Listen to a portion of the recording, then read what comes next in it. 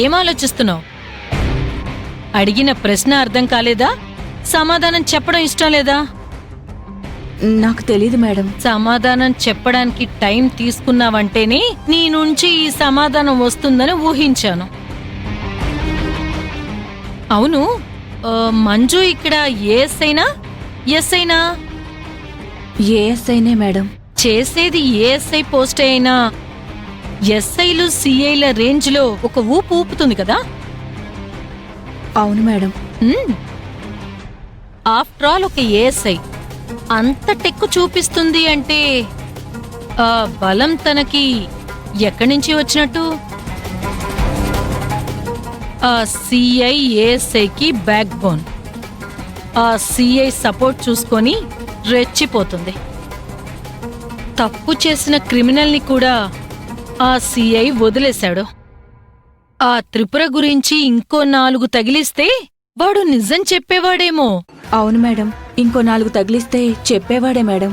ఇప్పుడు నువ్వు నా దారికొచ్చావు. నేను చెప్తే ఎవరూ నమ్మడం లేదు కానీ సిఐకి ఆ ఏఎస్ఐ మంజుకి ఏదో సంబంధం ఉంది.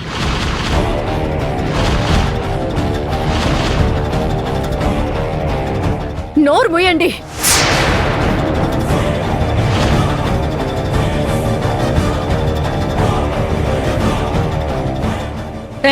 నన్నే నోర్ముయ్యి అంటావా? నీకెంత ధైర్యం? నేను లేనప్పుడు నా గురించి తప్పుగా ఎందుకు మాట్లాడుతున్నారో? ఏయ్, ఎంతలో ఉండాలో అంతలో ఉండు. నీ గురించి నేనేం తప్పుగా మాట్లాడలేదు. ఏ సంధ్య, ఇప్పుడు ఎస్ఐ గారు నా గురించి సిఐ గారి గురించి తప్పుగా మాట్లాడారా లేదా? కానిస్టేబుల్ని బెదిరిస్తున్నావా? నేనేమన్నాను? ఆ సిఐ సపోర్ట్ చూసుకొని నువ్వు ఎగిరెగిరి పడుతున్నావన్నాను. మీరు ఈ మాటే అంటే నేను మీ మీద ఎందుకు ఫైర్ అవుతాను?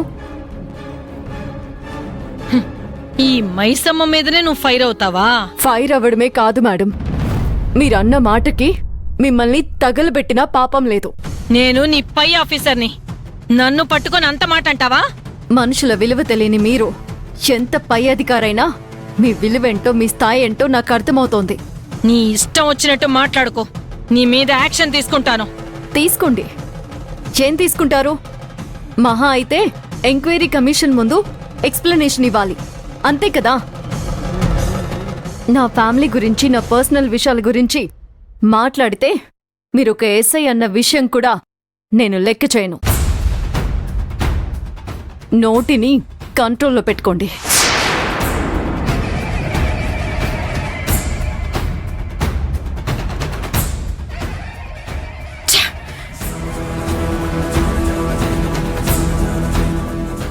నిన్ను ఇలా కాదే, టైం చూసి దెబ్బ కొడతాను.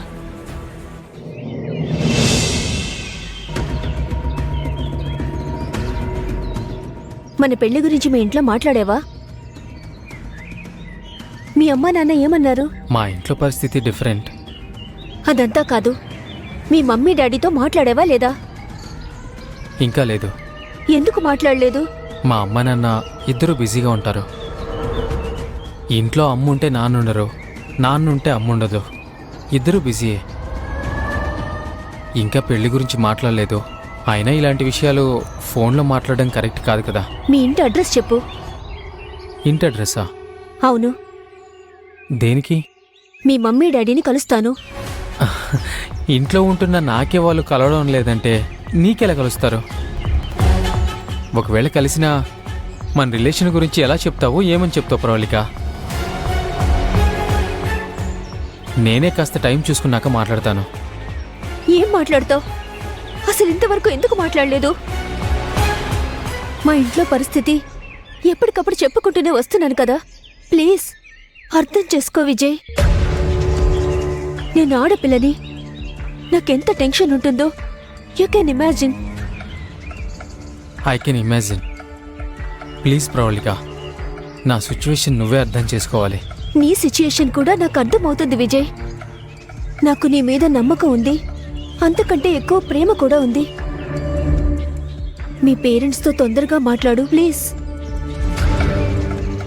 మా ఇంట్లో పరిస్థితులు బాగా లేవు, వేరే ఇంట్లో తలదాచుకుంటున్నాము.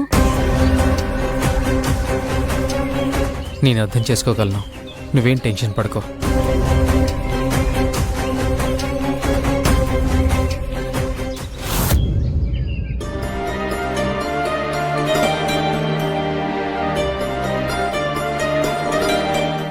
చిచి, విలువలేని మనుషులు, విలువలేని బతుకులు ఎందుకు బతుకుతారో ఏంటో. బతికితే ఏంటి, చస్తే ఏంటి? ఛీ!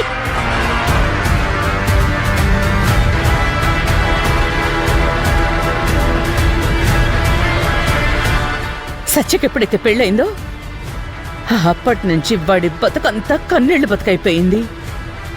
ఏమైంది మణిమగారు? ఏమైందా? నీ కూతురు మంజు చేసిన నిర్వాకం చెప్పుకుంటే చోటంతవుతుంది. నీ కూతురు ఆ పోలీస్ పిల్లని నువ్వు చాలా చండాలంగా పెంచావు. హ, మంజు మళ్ళీ ఏమన్నా గొడవ పెట్టుకుందా? గొడవ పెట్టుకున్నా కొద్దిసేపటి తర్వాత సద్దుమణిగిపోతుంది. కాని ఆ మంజు మా కుటుంబానికి ఎప్పటికీ చెరగని మచ్చ తెచ్చిపెట్టింది. అసలేం జరిగిందో అర్థం కావడం లేదు. ఏం జరిగిందో చెప్పండి మణిమగారు. నీ కూతురు మంజుకి ఆ సీఐకి ఏదో లింక్ ఉందంట.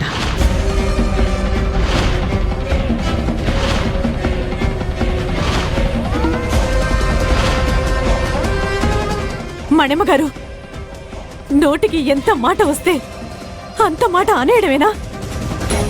మీరెంత తప్పుగా మాట్లాడుతున్నారు. మంజు మీ కోడలు అన్న విషయం కూడా మర్చిపోయారా? చిచి, అది నా కోడలా?